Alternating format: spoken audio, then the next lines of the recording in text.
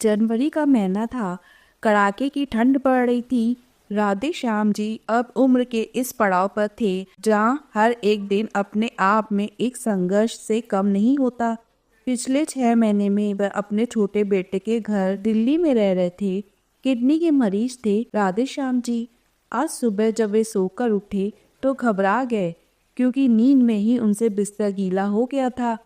तभी कमरे का दरवाजा खटका और उनकी छोटी बहू अंदर आई।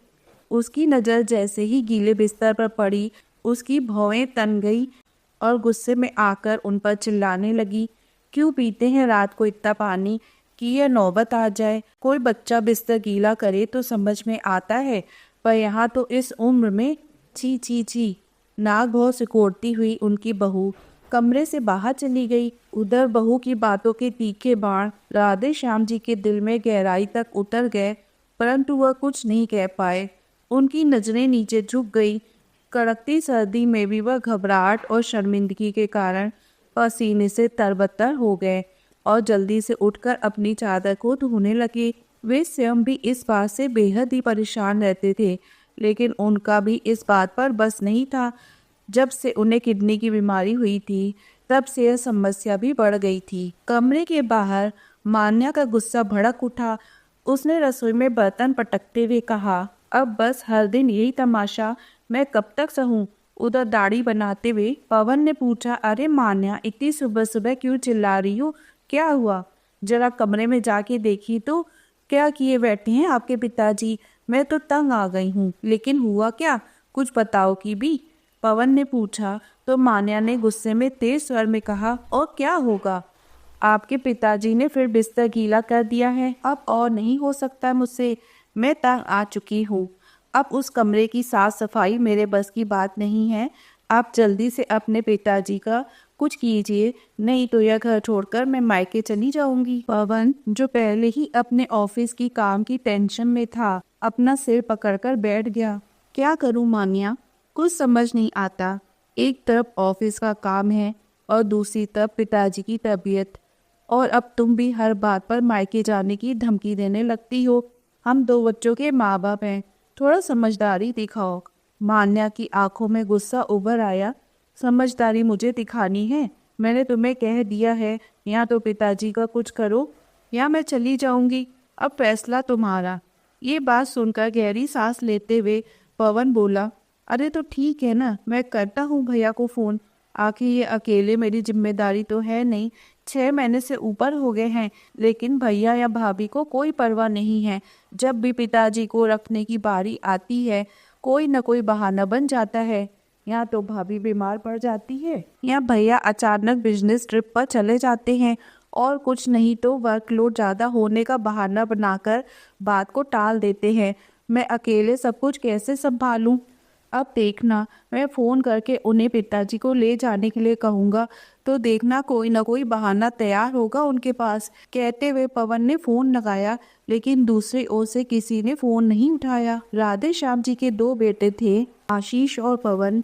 दोनों बेटों के बीच 12 वर्ष का अंतर था।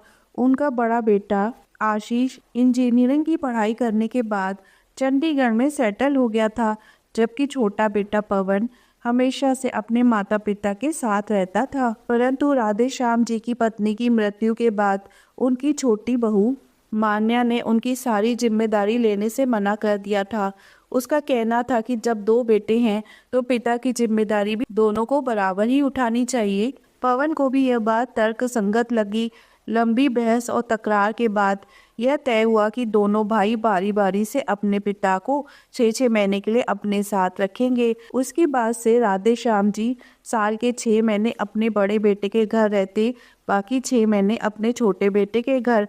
लेकिन इस बार राधे श्याम जी का जाने का बिल्कुल भी मन नहीं था। वह जानते थे कि यहाँ मान्या की कड़वी बातें सुनने को मिलती हैं, लेकिन वहाँ तो स्थिति और खराब थी।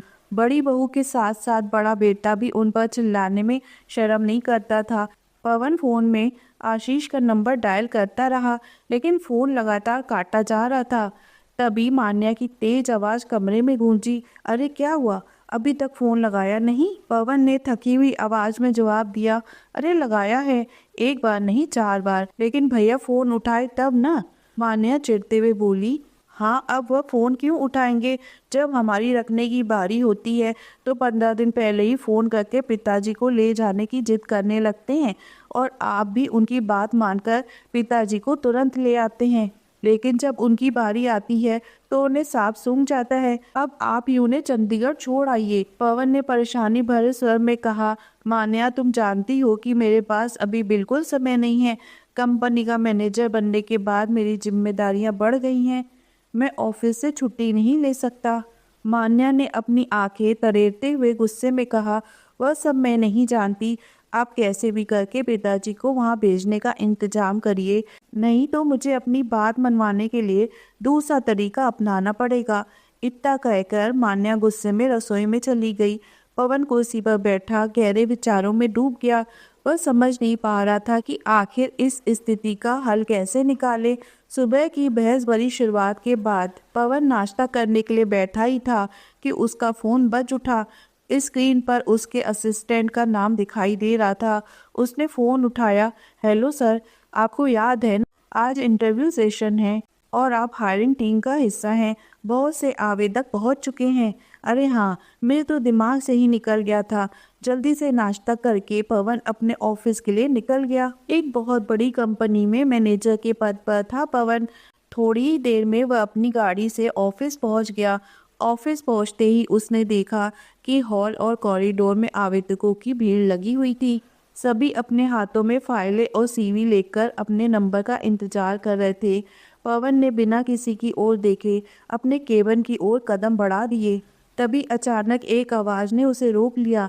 अरे यार पवन, कितने सालों बाद मिल रहे हो, पहचाना मुझे या भूल गए? पवन चौंक गया। उसके सामने खड़ा व्यक्ति मुस्कुराते हुए उसके गले लग गया। मैं रमन हूँ यार, तेरा बचपन का दोस्त। पवन कुछ पल के लिए ठिठक गया। चेहरे पर एक फीकी मुस्कान आई लेकिन तुरंत गायब हो गई। रमन का इतना अनौपचारिक व्यवहार उसे खलने लगा। इतने लोगों के बीच अपने पद और प्रतिष्ठा का ख्याल उसकी बचपन की दोस्ती पर भारी पड़ रहा था। रमन शायद पवन के बदले हुए भावों को भाप गया था। उसने अपने शब्दों में औपचारिकता का लहजा लाते हुए कहा, आप यहीं काम करते हैं? यह सुनकर पवन के अंदर एक अजीब सी संतुष्टि जागी। उसने गर्व से अपनी गर्दन तानते हुए कहा, हाँ मैं इसी कंपनी का मैनेजर हूँ। खैर अभी थोड़ा जल्दी में हूँ, चलता हूँ। यह सुनकर पवन वहां से आगे बढ़ गया। पवन इंटरव्यू पैनल में बैठा था। आज का दिन उसके लिए बहुत खास था। एक बड़ी कंपनी के मैनेजर के तौर पर वह पहली बार इंटरव्यू प्रक्रिया में शामिल हुआ था। जब वह अपनी कुर्सी पर बैठा था तो उसे अपने आप पर गर्व महसूस हुआ, लेकिन यह गर्व जल्दी ही अभिमान में बदल गया जब उसके सामने इंटरव्यू देने के लिए उसका पुराना स्कूल मित्र रमन आकर खड़ा हुआ। जैसे ही रमन ने कमरे में कदम रखा, पवन के दिमाग में स्कूल के दिनों की यादें ताजा होने लगी। दोनों का रिश्ता दोस्ती से ज्यादा प्रतिस्पर्धा का था। स्कूल के समय वे पड़ोसी भी थे। दोनों मेहनती और बुद्धिमान थे, लेकिन बाजी हमेशा रमन के हाथ ही लगती थी। पवन को याद आया कैसे वह हर बार रमन से आगे निकलने के लिए दोगुना परिश्रम करता था, लेकिन अंत में जीत रमन की ही होती थी। पवन के मन में रमन के प्रति हमेशा एक खटास सी बनी रहती थी। स्कूल के शिक्षक और प्रिंसिपल हमेशा रमन की तारीफों के पुल बांधते थे। सहपाठी भी उसकी काबिलियत के कायल थे। एक दिन रमन बहुत बड़ा आदमी बनेगा, वह अपनी काबिलियत के बल पर ऊंचा मुकाम हासिल करेगा। यह शब्द अक्सर उसके कानों में गूंजा करते थे। लेकिन आज वही रमन जो कभी सबसे आगे था, पवन के सामने नौकरी के लिए खड़ा था।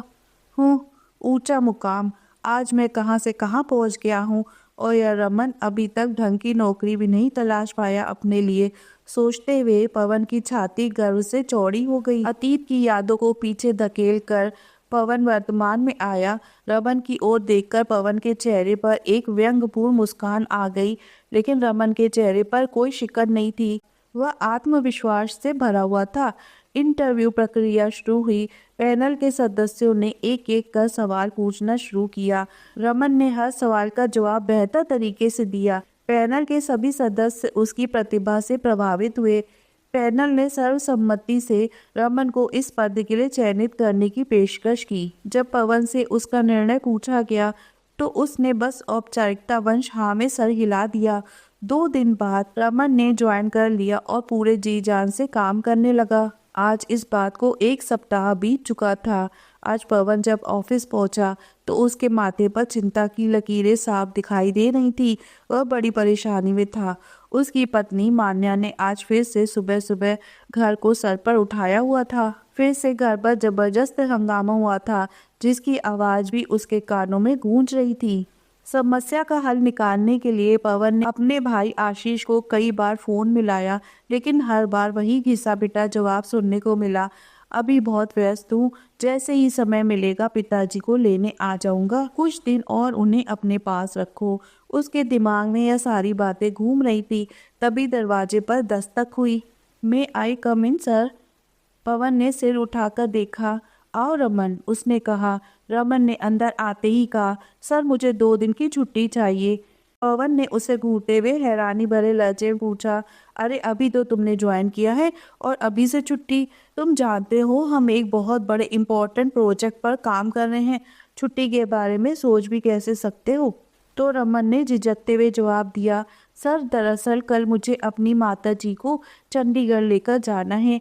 मेरी बड़ी दीदी वहाँ रहती हैं और उनके नए मकान का मुहूर्त है। जाना जरूरी है। हमें सुबह की ट्रेन से निकलना है। चंडीगढ़? यह सुनकर पवन के दिमाग में अचानक एक विचार कौंधा। भैया का घर भी तो चंडीगढ़ में ही है। रमन को जाना ही है तो क्यों न लगे हाथ अपनी परेशानी भी हल कर ली जाए। सोचते हुए उसके चेहरे पर एक कुटिल मुस्कान फैल गई। उसने संयमित लहजे में कहा, अच्छा रमन, छुट्टी तो तुम्हें मिल सकती है, लेकिन तुम्हें मेरा एक छोटा सा काम करना होगा। रमन ने तुरंत हामी भरते हुए कहा, हाँ सर, बताइए, मैं वापस आने के बाद कर दूंगा। तो पवन ने सिर हिलाते हुए कहा, नहीं रमन, आने के बाद नहीं, यह काम तुम्हें कल ही करना होगा। दरअसल मेरे बड़े भैया भी चंडीगढ़ में रहते हैं। अगर तुम्हें कोई असुविधा ना हो तो क्या तुम मेरे पिताजी को अपने साथ ले जा सकते हो? वह क्या है ना, अकेले तो मैं उन्हें भेज नहीं सकता और उन्हें लेकर जाने का मेरे पास बिल्कुल समय नहीं है। अगर तुम उन्हें साथ ले जाओ तो भैया स्टेशन पर उन्हें रिसीव कर लेंगे। इस पर रमन मुस्कुराया और बोला, अरे सर, इसमें असुविधा कैसी? मुझे खुशी होगी अगर मैं आपके किसी काम आ सकूं और फिर इसी बहाने अंकल से भी मुलाकात हो जाएगी। रमन का जवाब सुनते ही पवन को ऐसा लगा जैसे उसके सर से कोई भारी बोझ उतर गया हो। उसे इस समस्या का समाधान इतनी आसानी से मिल जाएगा उसने सोचा भी नहीं था। जब रमन कमरे से बाहर गया तो पवन आराम की मुद्रा में बैठा हुआ था और राहत भरी एक लंबी सांस ले रहा था। पवन ने जब अपने पिताजी राधे श्याम जी को अगले दिन चंडीगढ़ जाने की बात बताई तो उसकी पत्नी मान्या की बातें खिल गईं। अरे वाह, आखिरकार समस्या का हल निकल ही आया। अब थोड़ा आराम मिलेगा मुझे, उसने मन ही मन में सोचा। वह बिना देर किए राधे श्याम जी का सामान पैक करने में जुट गई। इतनी चुस्ती उसने शायद आज तक कभी नहीं दिखाई होगी।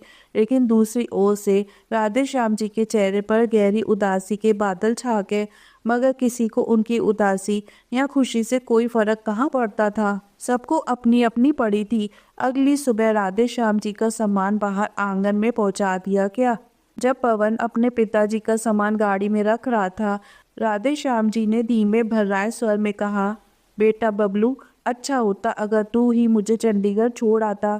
मैं अकेले यात्रा करने में असहज महसूस करता हूँ। पिता के स्वर में जो उदासी थी उस पर पवन का ध्यान ही नहीं गया। ऊपर से वह खींच कर बोला, पिताजी, आपसे कितनी बार कहा है कि मुझे बबलू कहकर मत पुकारा कीजिए। मेरा नाम पवन आपने ही रखा है ना, तो उसी नाम को पुकारा करे। अब मैं इतनी ऊंची पोस्ट पर आसीन हूँ, समाज में मेरा एक अलग स्टेटस है।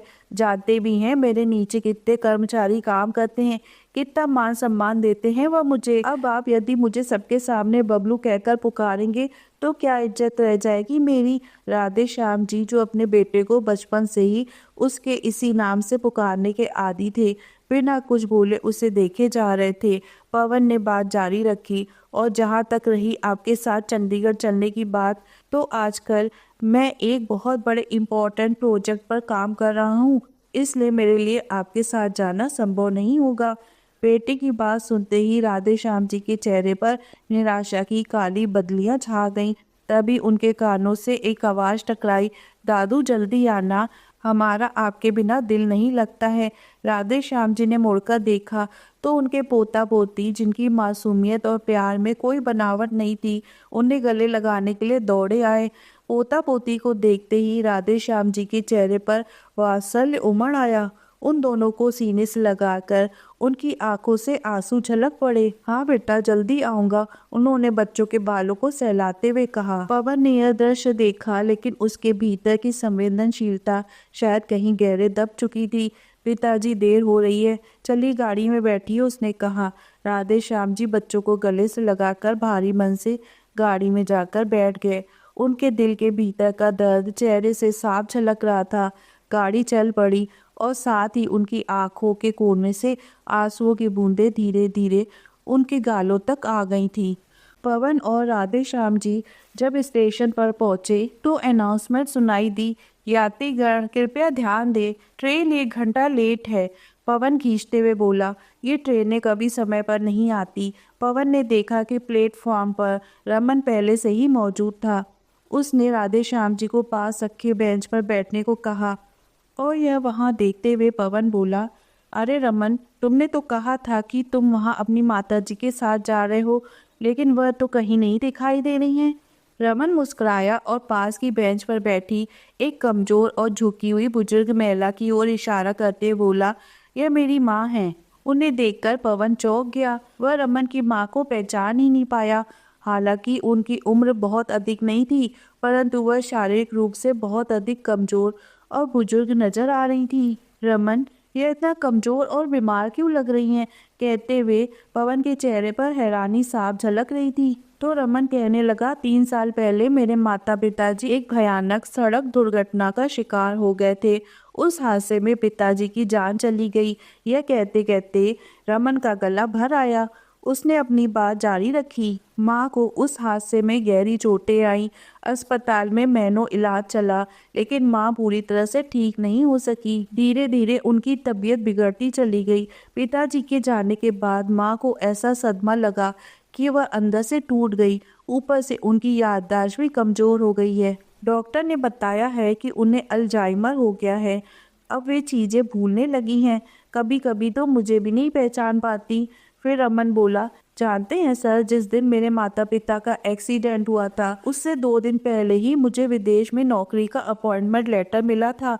हम सब बहुत खुश थे, लेकिन पिताजी के जाने के बाद मैंने विदेश जाने का प्रोग्राम कैंसिल कर दिया, क्योंकि माँ को मेरी ज़रूरत थी। मुझे लगा कि मैं यहीं रहकर अच्छी नौकरी हासिल कर लूँगा, लेकिन उसके बाद कोविड का दौर आ गया और अच्छी नौकरी एक सपना बनकर रह गई।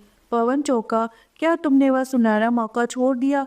तुम्हें अफसोस नहीं होता? रमन मुस्कुराकर बोला, अफसोस? बिल्कुल नहीं सर, मेरी माँ का आशीर्वाद मेरे सर पर है, यही मेरे लिए सबसे बड़ी दौलत है। नौकरी तो दोबारा मिल जाएगी, लेकिन अगर उस वक्त मैंने माँ का साथ छोड़ दिया होता तो शायद यह पछतावा जिंदगी भर रहता। यह सुनकर पवन हैरानी से बोला, लेकिन इस हालत में तो तुम्हें उन्हें संभालने में बहुत मुश्किल होती होगी। दोनों भाई मिलकर संभालते होगे? नहीं सर, मेरे भैया तो पुणे में रहते हैं। अच्छा, तो उन्हें 6-6 महीने में रखते होंगे? पूछते हुए पवन शायद अपने मन को तसल्ली दे रहा था, परंतु रमन ने कहा, अरे नहीं नहीं, ऐसा करने का तो मैं कभी सोच भी नहीं सकता। यहाँ तो माँ का अपना घर है, शुरू से ही वह यहाँ पर रही हैं, कहीं और उनका मन कैसे लगेगा? मैं नहीं चाहता कि इस उम्र में उनकी हालत पेंडुलम की तरह हो जाए, कभी यहाँ तो कभी वहाँ। यह ख्याल मैं उनके मन में भी नहीं आने देना चाहता कि पिताजी के जाने के बाद उनका कोई घर नहीं रहा, यहाँ वह हम पर बोझ बन गई हैं। और मैं तो इस मामले में बहुत खुशकिस्मत हूँ कि मेरी पत्नी तो मुझसे भी ज़्यादा मेरी माँ का ख्याल रखती है, उन्हें समझती है। रमन की यह बात सुनकर पवन बोला, अरे रमन, जिंदगी में इंसान को कभी कभी व्यवहारिक फैसले भी लेने चाहिए। कोरी भावुकता में लिए गए फैसले अक्सर गलत साबित होते हैं और फिर अपने परिवार की जिम्मेदारियां उठाते उठाते इंसान भी थक जाता है। फिर मन में यह विचार जरूर आता है कि सिर्फ हम ही क्यों माँ बाप की सेवा करें, दूसरा भाई क्यों न करे। पवन की इस बात पर रमन थोड़ा मुस्कुरा दिया और फिर बोला, नहीं सर, मेरा तो यह मानना है कि कोई काम मुश्किल तब लगता है जब आप उसे बोझ समझ लें। जब माँ बाप कभी अपने बच्चों को बोझ नहीं समझते तो हम अपने माँ बाप को कैसे बोझ समझ सकते हैं। और सर, देखा जाए तो जाने अनजाने हमारे कर्म ही संस्कार बनकर हमारे बच्चों के माध्यम से हमारे सामने आते हैं। अगर इतनी छोटी सी बात एक इंसान समझ ले तो उसका बुढ़ापा ही संवर जाए। यह बात सुनकर पवन को ऐसा महसूस हुआ मानो रमन ने उसके मुंह पर एक जोरदार थप्पड़ जड़ दिया हो। वह निशब्द सा रह गया। उसका अभिमान पल भर में चकनाचूर हो गया। उसी समय ट्रेन आ गई।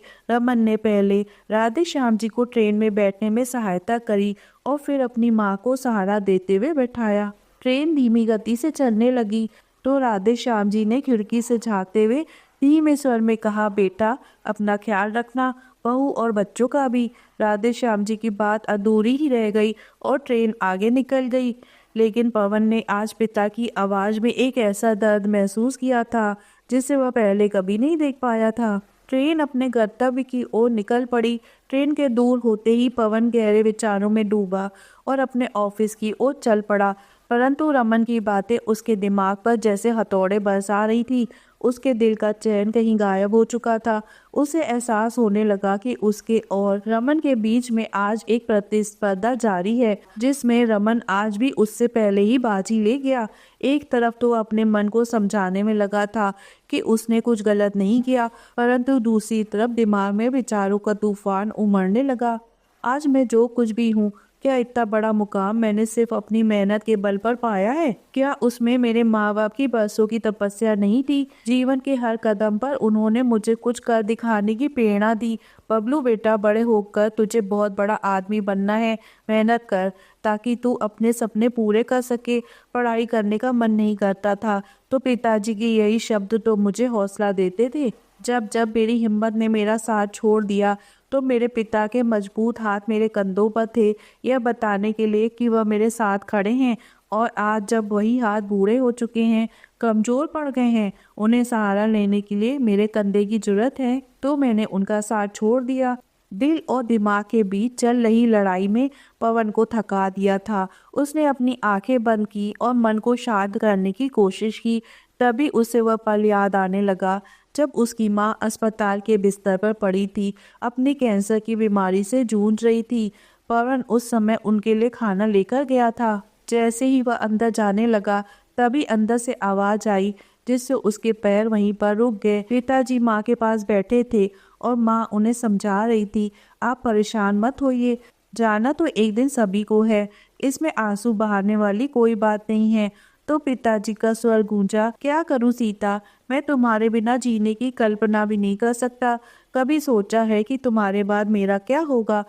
कहते कहते उनका स्वर रुंध हो गया, परंतु माँ शांत स्वर में बोली, उस बात की आप चिंता मत कीजिए। आशीष भले ही स्वभाव से तीखा है, परंतु पवन पर मुझे पूरा भरोसा है, वह आपका बहुत ख्याल रखेगा।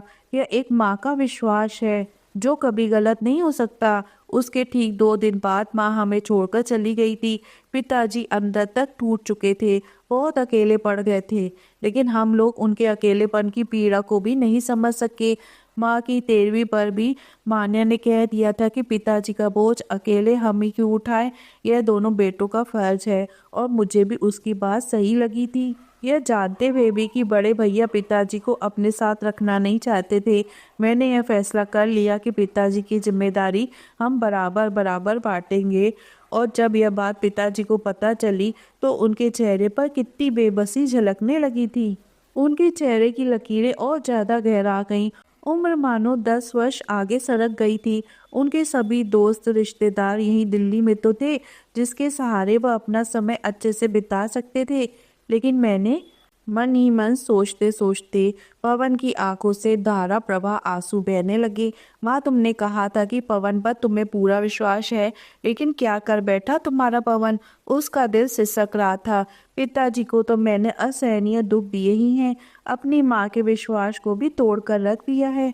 यह सब देखकर माँ की आत्मा कितना कलप रही होगी, यह भी नहीं सोच पाया मैं। वह मुझे कभी माफ नहीं करेगी। फिर कुछ सोचते हुए उसने अपने आंसू साफ किए और मोबाइल उठाकर चंडीगढ़ जाने वाली फ्लाइट की टिकट बुक कराई और बिना समय गवाए ऑफिस से बाहर निकल गया। करीब 5 घंटे बाद जब ट्रेन चंडीगढ़ रेलवे स्टेशन पर रुकी और रमन अपनी माँ और राधे श्याम जी को लेकर नीचे उतरा तो देखकर हैरान रह गया कि उसके सामने पवन खड़ा था। राधे श्याम जी भी आश्चर्यचकित थे।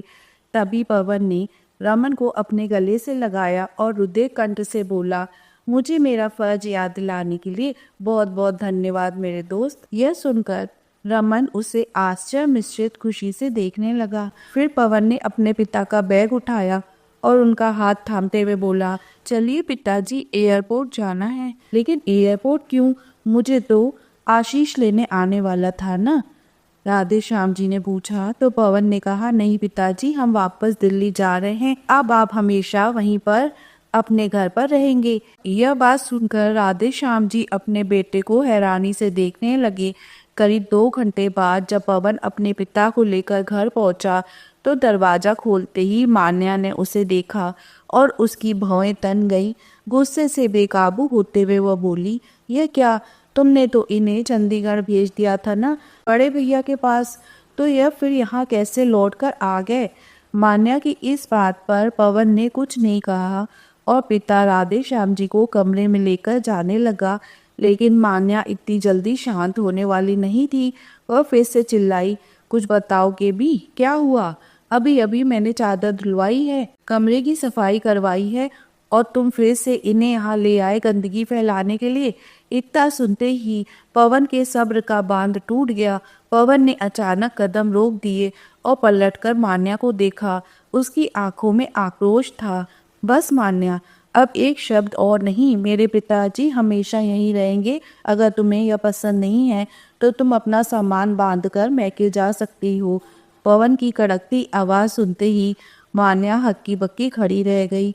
मान्या ने गुस्से से कहा, क्या तुम मुझे घर छोड़ने को कह रहे हो? पवन ने थोड़ा नरम होकर लेकिन सख्त स्वर में जवाब दिया, हाँ, क्योंकि मेरा जीवन पिताजी के बिना अधूरा है। तुम खुद सोचो, कैसे छोड़ सकता हूँ मैं उस पिता को जिसके कपड़े न जाने कितनी बार मैंने गंदे किए थे, जिसकी बरसों की तपस्या के कारण आज मैं इज्जत से जी रहा हूँ। कैसे तोड़ सकता हूँ अपनी माँ का विश्वास, जिसकी नजरें अपने अंतिम समय में मुझे इतनी आस से देख रही थी। यदि तुम्हें मेरे पिताजी की उपस्थिति इतनी खलती है तो तुम अभी यह घर छोड़कर जा सकती हो। अपने पिताजी की देखभाल के लिए मैं एक अटेंडेंट रख लूँगा जो मेरी अनुपस्थिति में न सिर्फ उनके सारे काम करेगा बल्कि उनका ख्याल भी रखेगा। अब मेरे पिताजी कहीं नहीं जाएंगे। आप बैठिए पिताजी, मैं आपके लिए चाय बनाकर लाता हूँ, थक गए होंगे। कहते हुए पवन रसोई घर में चला गया। बेटे का प्यार देखकर राधे श्याम जी के कांपते हाथ दूर से ही अपने बेटे को आशीर्वाद देने के लिए उठ गए। जुग जुग जियो मेरे बच्चे, भगवान तुम्हें हर खुशी दे। वे सामने लगी पत्नी की तस्वीर को देखकर मन ही मन बोले, सीता तुम्हारा विश्वास जीत गया। कहते हुए उनकी आंखों से आंसू बहने लगे जिसे वे अपने कुर्ते की बाजू से पोंछने लगे। दोस्तों, आपको ये कहानी कैसी लगी? पसंद आए तो लाइक और शेयर कर दीजिए और इस तरह की कहानियाँ सुनने के लिए सब्सक्राइब जरूर कर दीजिए। फिर मिलेंगे एक नई कहानी के साथ। तब तक के लिए बाय बाय।